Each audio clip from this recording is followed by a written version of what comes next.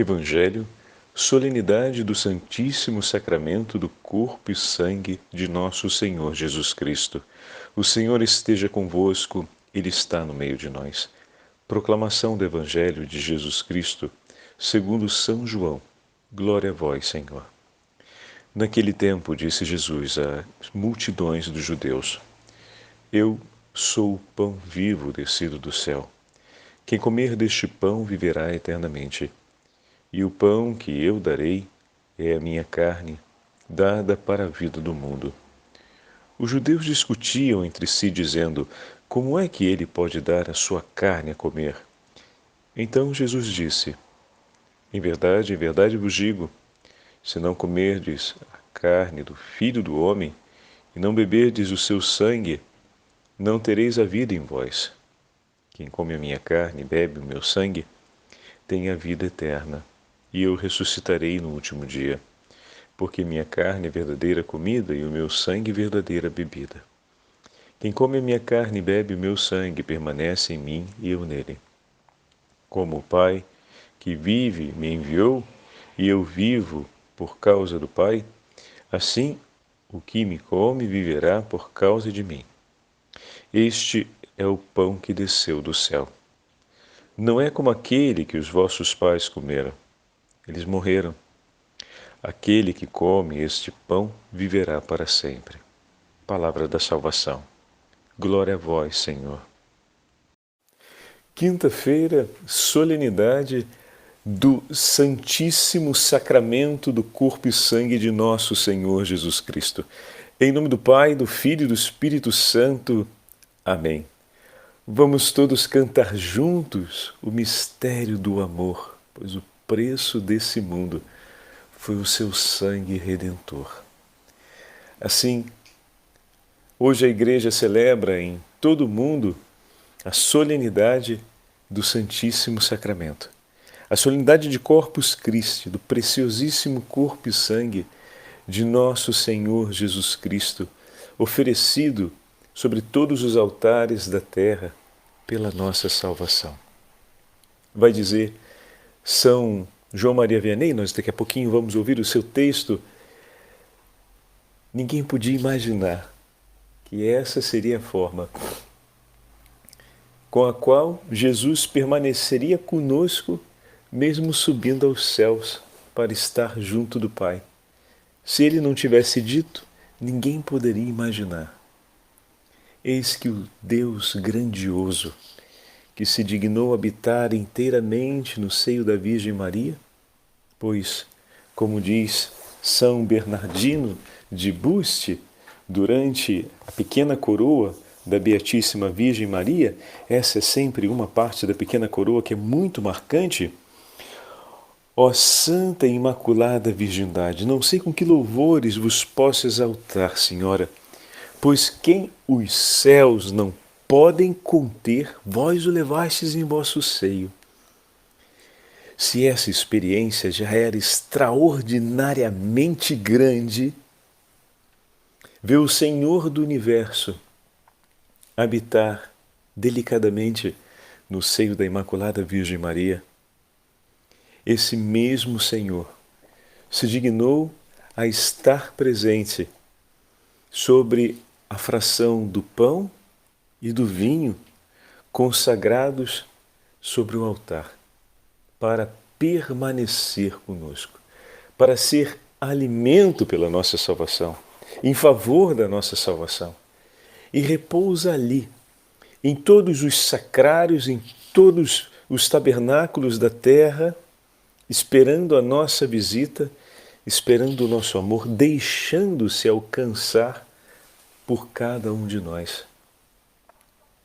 O Senhor que se entregou por nós permanece ainda no meio de nós, esperando a nossa visita, esperando o nosso amor. Quando insistentemente falamos disso, às vezes ouvimos alguns comentários de mas a Eucaristia foi feita para ser consumida na missa. Esse tema da presença de Jesus no sacrário é um tema mais moderno, no início não era assim. Bendito seja Deus, ao longo do tempo, ao longo dos séculos, a igreja vai compreendendo pouco a pouco, né, aquilo que já foi entregue pelo seu Senhor, para que possa amar de uma maneira melhor e mais intensa. Então, ao longo dos séculos, sim, a igreja foi aumentando a expressão pública do seu amor, foi desenvolvendo sempre mais o zelo pela presença de Jesus na Santa Eucaristia. Não tem nenhum equívoco aqui. Pelo contrário, ao longo dos anos, assim como a gente vai conhecendo e compreendendo mais a outra pessoa com quem convivemos, isso vai alargando os vínculos de amor entre a gente, também ao longo do tempo, conhecendo mais e tomando maior participação nesse mistério do Senhor, todo revelado diante de nós, o nosso vínculo de amor vai aumentando, de maneira que hoje a Igreja expressa ao mundo um grande amor pela Santa Eucaristia, que precisa ser reverenciado de todos os modos e maneiras. Quando, por exemplo, vamos à Santa Comunhão Eucarística, não tem, meus irmãos, quanto a isso a gente não tem que ter ambiguidade.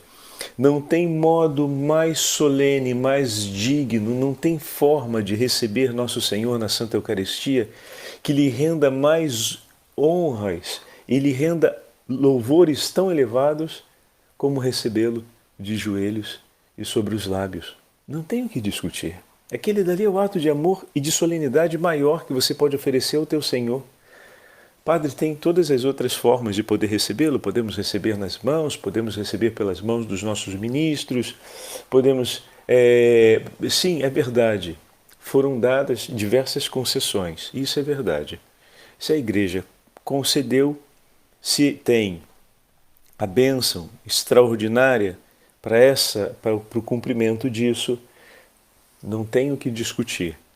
Porém, se você pode escolher um modo, por amor, mais solene de honrar o teu Senhor, escolha o melhor, escolha o maior. Entre dizer para sua esposa, tá bem, te amo, sim, tá, te amo, ok. Ou dizer, meu amor, eu te amo com todo o meu coração. Qual é a forma que você, como esposa, iria escolher ou ia ficar mais feliz de receber essa declaração de amor do seu marido? Do primeiro jeito ou do segundo jeito? Do segundo jeito, que é mais solene. E não apenas isso, que tem uma demonstração mais sentida. E se vem acompanhado de um gesto, e se vem acompanhado de um ato, como, por exemplo, um beijo, um buquê de flores, é ainda mais significativo. Deixar-se nutrir por aquele que nos deu, por aquele que se deu em alimento, que é o ato de receber na boca, deixar-se nutrir por aquele que nos deu o alimento, nossa, e fazer isso em atitude de adoração, ou seja, reconhecendo a grandeza e a soberania daquele que está diante de nós, que é o Senhor do Universo, por isso de joelhos. Bom, o que a gente vai falar mais diante disso? E depois receber pelas mãos daquele a quem foi entregue por Deus, através da graça, da unção sacerdotal, o poder de nos entregar a Santa Eucaristia.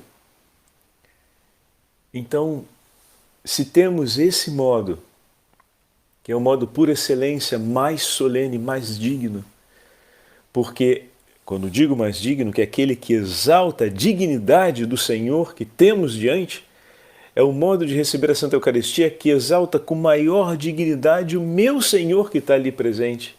É claro que esse é o modo melhor para se escolher. Não tenho que discutir também sobre isso.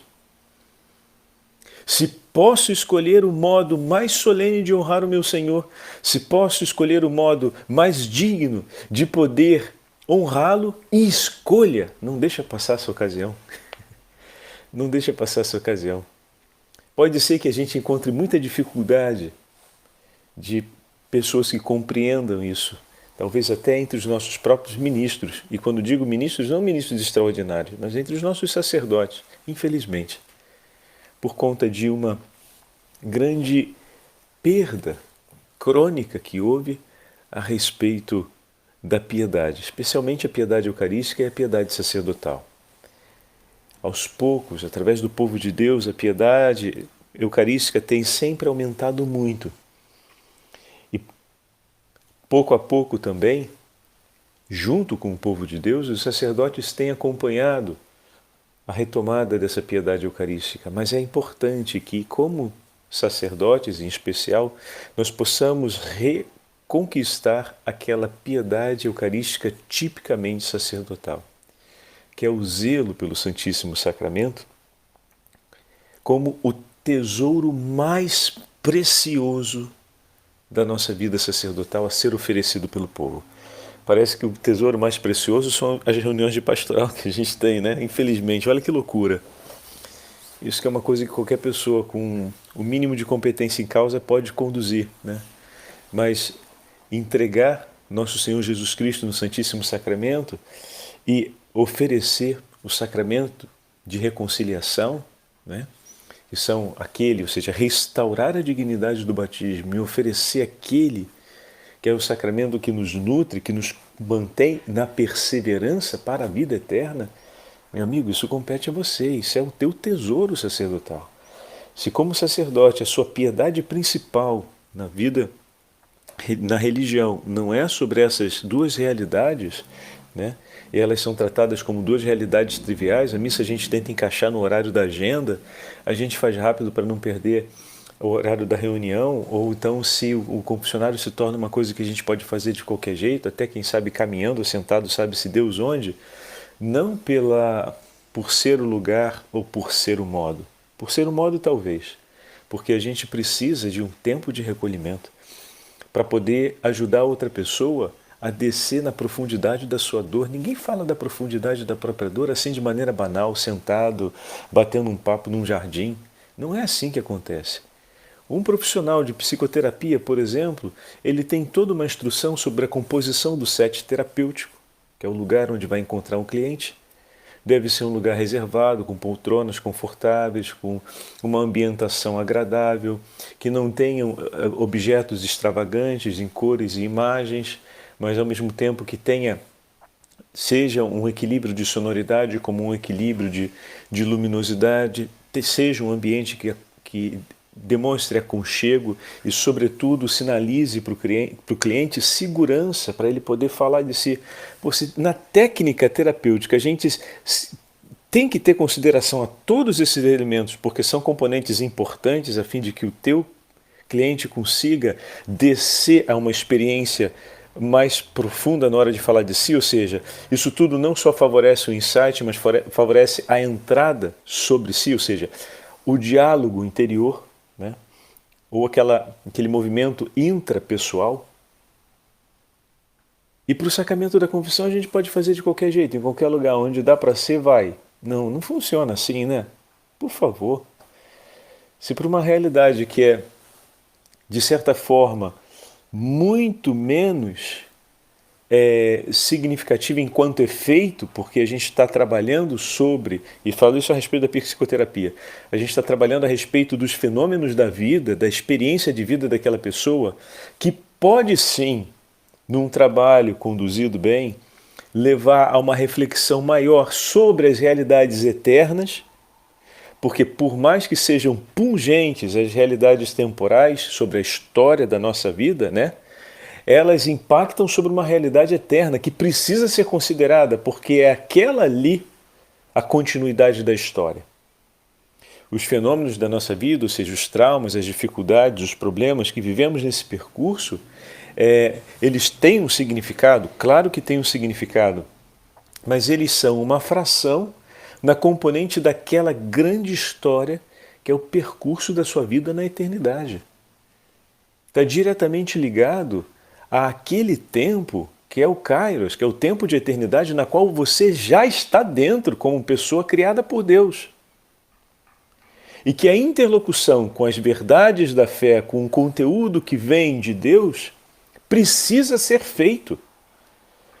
Não me serve só, falando de maneira bem clara, refletir sobre os meus traumas e as situações que a vida compõe, se isso, de alguma forma, não me leva a dialogar com o profundo da minha vida, ou seja, na minha relação com Deus, como vivo a continuidade de tudo isso. Sem a experiência de fé é muito mais difícil integrar, sejam as passagens felizes, quanto mais as passagens dolorosas da nossa vida. Sem uma esperança válida e um significado último, se a gente quer usar uma linguagem mais moderna, ressignificar os fenômenos e os sofrimentos da vida é muito mais complexo. E qual realidade, se não a experiência de fé, pode me dar um alicerce forte para a esperança, pode me ajudar a ter uma base firme de significado para a minha vida? Por isso, toda essa realidade que muitas vezes merece um grande trabalho, que é aquela sobre a nossa experiência de vida, onde estão os nossos traumas, onde estão as marcas dos relacionamentos, que compõem uma componente da nossa história, para ser trabalhada e desenvolvida com consistência e com robustez, é preciso que esteja bem alicerçada, bem ancorada sobre essa realidade da vida espiritual. Porque é dali que nós vamos aurir realmente esperanças fortes, válidas, né? E um significado para a vida também válido. Sem uma esperança forte, sem uma esperança consistente e sem significados que sejam válidos, é difícil a gente conseguir manter a nossa vida de pé diante das mudanças, das transformações que vão acontecendo ao longo do viver. É preciso que haja essa ancoragem, né?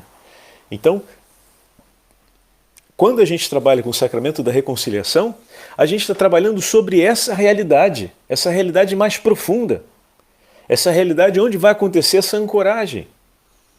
Se trabalhar sobre essa primeira realidade, que é menos profunda, que são os fenômenos e os traumas, tem uma profundidade, mas é menos ainda do que aquela outra. A gente precisa de um set terapêutico todo preparado, a gente tem toda uma reflexão científica sobre a importância disso. Quando a gente fala daquela outra parte, que é a ancoragem mais profunda, que é sobre uma esperança significativa, um significado da vida, para a vida que seja válido, forte, que é trabalhar os elementos da fé, a profundidade do significado da nossa existência, que a gente vai fazer isso no sacramento da reconciliação, especialmente a gente faz isso, porque a gente está voltando ali à cura daquilo que é a nossa identidade, que recebemos pelo batismo. Aí a gente faz de uma forma banal, de uma forma superficial, senta aí, vamos bater um papo, me diz como é que está a vida, o que está acontecendo. Não funciona desse jeito. A igreja, quando sugere tudo o que ela sugere, desde o espaço do confessionário, desde o recolhimento, desde a preparação, né, com o exame de consciência, tudo isso é o fruto daquilo que a igreja refletiu ao longo dos séculos como sendo extremamente importante e útil para o bem da pessoa que vai receber o sacramento e da realização do sacramento em si. Essas coisas todas compõem e valorizam o acontecimento do ato sacramental. Obviamente que o ato sacramental não depende delas, vamos colocar assim como o processo terapêutico não vai depender de uma sala do terapeuta preparada com toda essa característica. Mas nenhum terapeuta em sã consciência, tendo recursos e formação, abriria mão de preparar a sua sala, ora. E por que a gente, às vezes, com o sacramento da reconciliação, faz exatamente o contrário e ainda insiste querendo dizer que isso é normal, que é certo, que é melhor, mas que é melhor onde? Não tem nenhum fundamento de que isso seja melhor. É preciso que a gente dê toda a dignidade que é possível à realização desse sacramento, porque ele tem uma importância e precisa desse contexto, assim como a Santa Eucaristia. Quando se fala do canto eucarístico, do lugar de recolhimento, da exposição com a dignidade sobre o altar, a dignidade dos ministros em suas vestes na hora de expor o Santíssimo Sacramento, a piedade dos fiéis em fazer a adoração, ao menos em um momento, por breve que seja, em joelhos, ou seja, ajoelhados diante do Senhor, que os cantos sejam os cantos eucarísticos, que a bênção seja feita com as características que devem ser feitas, se for feito na custódia, se a exposição ela é feita com a custódia, o cumprimento do que deve ser feito diante de Jesus que é exposto na custódia, ou seja, no ostensório. Tudo isso a Igreja nos ensina e nos entrega e foi compreendendo ao longo dos séculos como um bem espiritual para a vida dos fiéis, para que o nosso coração se aqueça e se aproxime, para que o nosso coração possa se preparar. Nós somos simbólicos, precisamos de todos esses elementos, sim, isso não pode ser esvaziado, porque isso tudo favorece em nós a piedade, a sensibilidade para aquilo. Querem ver um detalhe disso, como é bonito? A memória do incenso. Se o padre tem um cuidado de ter, como os antigos faziam, quando digo os antigos, me refiro mais aos nossos irmãos do Oriente. Para cada celebração tinha um tipo de incenso diferente. E o objetivo disso, dentre outras coisas, era seguir a história da oferta dos incensos, né, que cada um tinha um significado no Antigo Testamento, e depois isso passou pela tradição dos séculos e chegou até a gente e foi acolhido, sobretudo no Oriente, com muita vivacidade isso. E o objetivo era lembrar, de maneira que pelo fumo do incenso a gente conseguiria saber a celebração que está sendo feita. Então, quando é uma celebração dedicada à Virgem Maria, quando é uma memória relacionada à Virgem Maria, quando é uma memória relacionada a Nosso Senhor, quando é uma memória relacionada aos santos, ter tipologias de incenso diferente que ajuda a gente a recordar isso. Claro, a gente não teve tão desenvolvido isso no Brasil, ainda não temos. Por isso a nossa memória não chega muitas vezes a esse nível. Mas todos nós, quando sentimos o cheiro do incenso, no Brasil inteiro, graças a Deus, a gente logo se dá conta de que tem uma solenidade. E muitas vezes o cheiro do incenso está ligado exatamente a quê? A nosso Senhor Jesus Cristo presente no Santíssimo Sacramento. Que é onde em nossas igrejas nós usamos com mais frequência o incenso para as celebrações de Corpus Christi, para a adoração eucarística. E não tem como não lembrar, porque a gente usa também nas missas solenes, missas dominicais, em muitos lugares se usa. Não tem como não lembrar na hora da consagração que o sacerdote levanta a Santa Eucaristia, que nós temos aquela nuvem formada pelo fumo do incenso. Então, pensar a memória do incenso, do odor do incenso, leva a gente a pensar a Santa Eucaristia. Estão vendo? Estão percebendo? É dessa forma, isso tudo tem uma importância. E como é bonito, porque tudo isso são formas e modos de honrar nosso Senhor e de render a Ele a glória e o louvor máximo por tudo que Ele faz e fez em nosso favor. Diz São Tomás de Aquino, o unigênito Filho de Deus, querendo fazer-nos participar da sua divindade. Olha, a gente não pode perder isso de foco, né? Aqui está tudo aquilo que estamos falando até agora. Como o nosso Deus nos quer fazer participar da sua divindade e tudo aquilo que eu posso cumprir em honra à sua divindade, eu vou espoliando, vou tirando, né?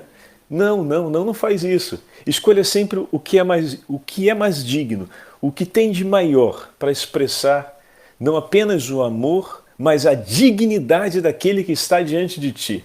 Então, insisto, receber nos lábios como um bebê que é nutrido pelas mãos de sua mãe é um modo de demonstrar uma humildade enorme diante de nosso Senhor presente na Santa Eucaristia. E receber de joelhos com a atitude de quem está em ato de adoração, de reconhecimento da grandeza daquele que tem diante de si, é um modo maior e mais significativo de demonstrar o quê? Nossa participação na divindade. O unigênito Filho de Deus, querendo fazer-nos participar da sua divindade, assumiu nossa natureza, para que, feito o homem, dos homens fizesse deuses. Assim, tudo quanto assumiu na nossa natureza humana, empregou para a nossa salvação. Seu corpo, por exemplo, ele ofereceu a Deus Pai como sacrifício no altar da cruz. E o altar da Santa Igreja, nós vamos diante do altar do Senhor para receber a Eucaristia. Olha diante de qual parte da igreja nós vamos para receber a Santa Eucaristia. Seu sangue, ele o derramou ao mesmo tempo como o preço do nosso resgate e purificação de todos os nossos pecados. Mas a fim de que permanecesse para sempre entre nós o memorial de tão imenso benefício, para que permanecesse entre nós. Então, São Tomás de Aquino está marcando uma temporalidade perene, não num ontem e num hoje, mas para que permanecesse, para que fosse sempre a presença do Senhor perene no seio da igreja, vem através do sacrifício eucarístico que é oferecido. Não tem dom maior, meu irmão sacerdote, para você oferecer ao teu Senhor no teu dia, que não seja a Santa Missa.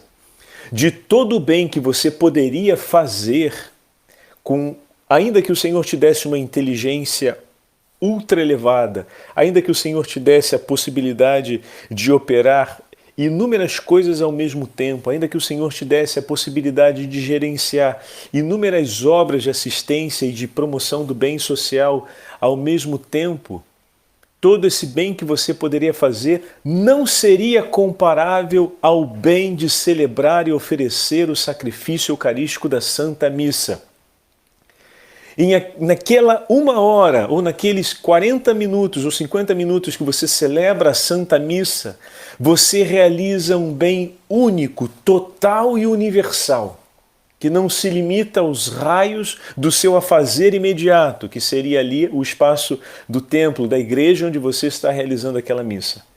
Mas esse bem, aquela hora ali, é a hora mais valiosa do seu inteiro dia. Essa é piedade eucarística sacerdotal, mas é ao mesmo tempo verdade de fé.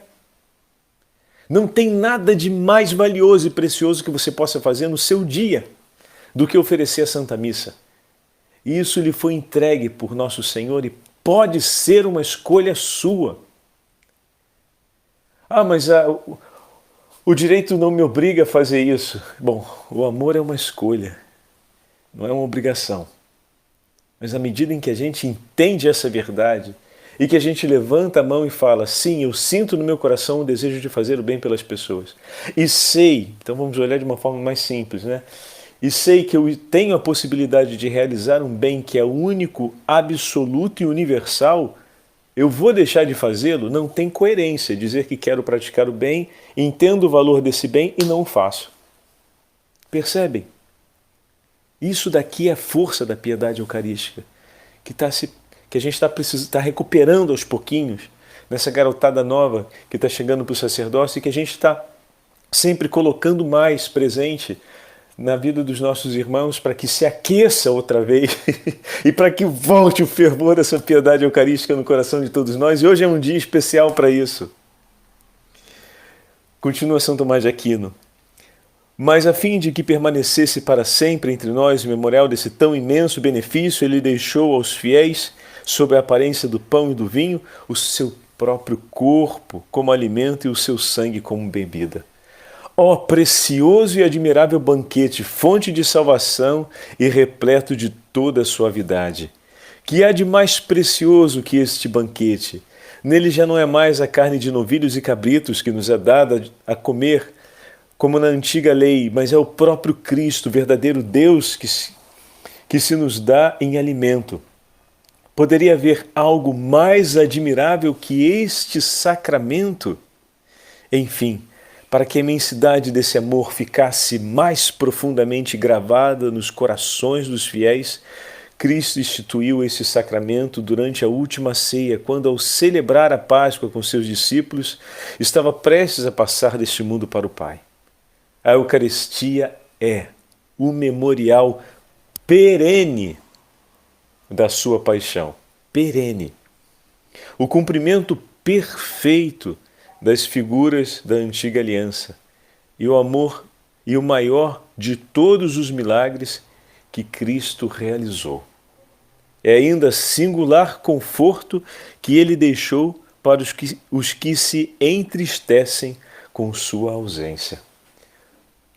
Diante dessas palavras de São Tomás de Aquino, renovemos a súplica pelo vigor e pelo ardor da piedade no coração dos sacerdotes e de todos os batizados pela Santa Eucaristia, pela religião,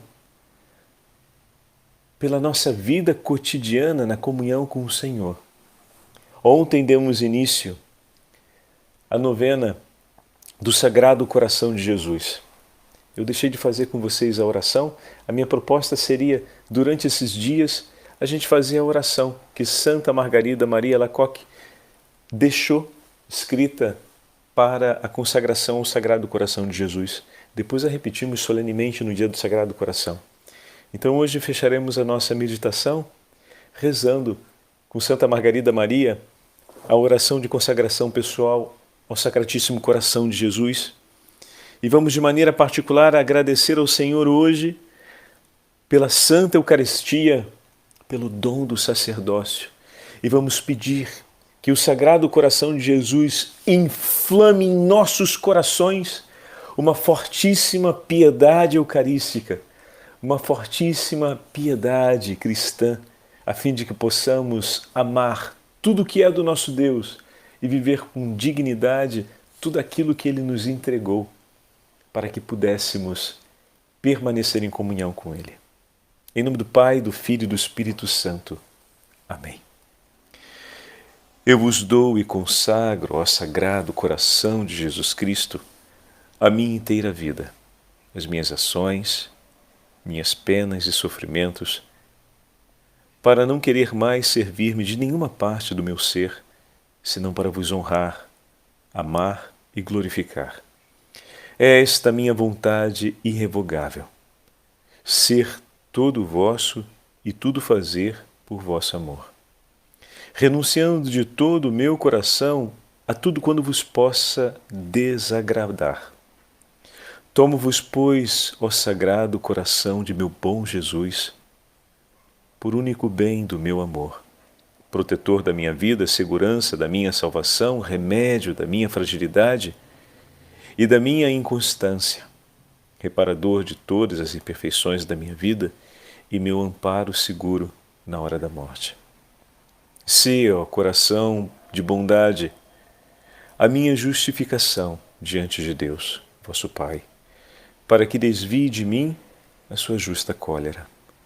Ó coração amorosíssimo, deposito em vós toda a minha confiança, pois tudo temo de minha malícia e de minha fraqueza, mas tudo espero de vossa bondade.